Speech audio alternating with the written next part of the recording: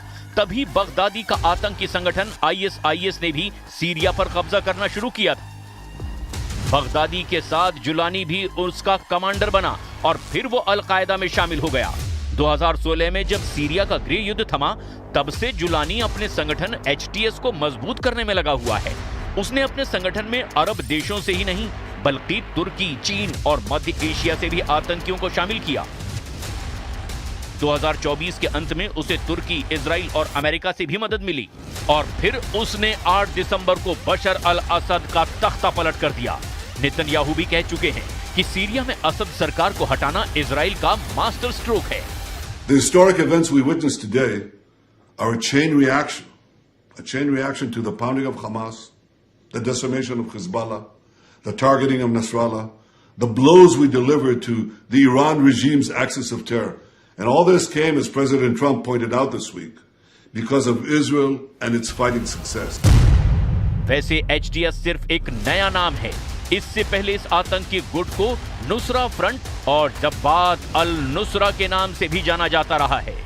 आतंकवादी संगठन HTS का मौजूदा प्रमुख अबू मोहम्मद अल जुलानी ISIS और अल कायदा का कुख्यात आतंकी रहा है, लेकिन बाद में उसने HTS में शामिल होकर असद सरकार के खिलाफ लड़ाई शुरू कर दी।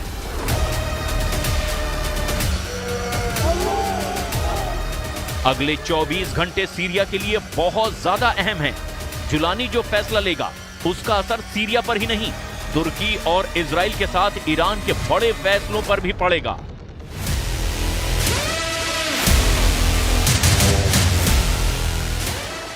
सीरिया के अंदर बड़ी तबाही का खतरा है। सड़कों पर लाशें और लोगों की मौत के घाट उतारने वाले वीडियो से अब दहशत बहुत ज्यादा फैल चुकी है।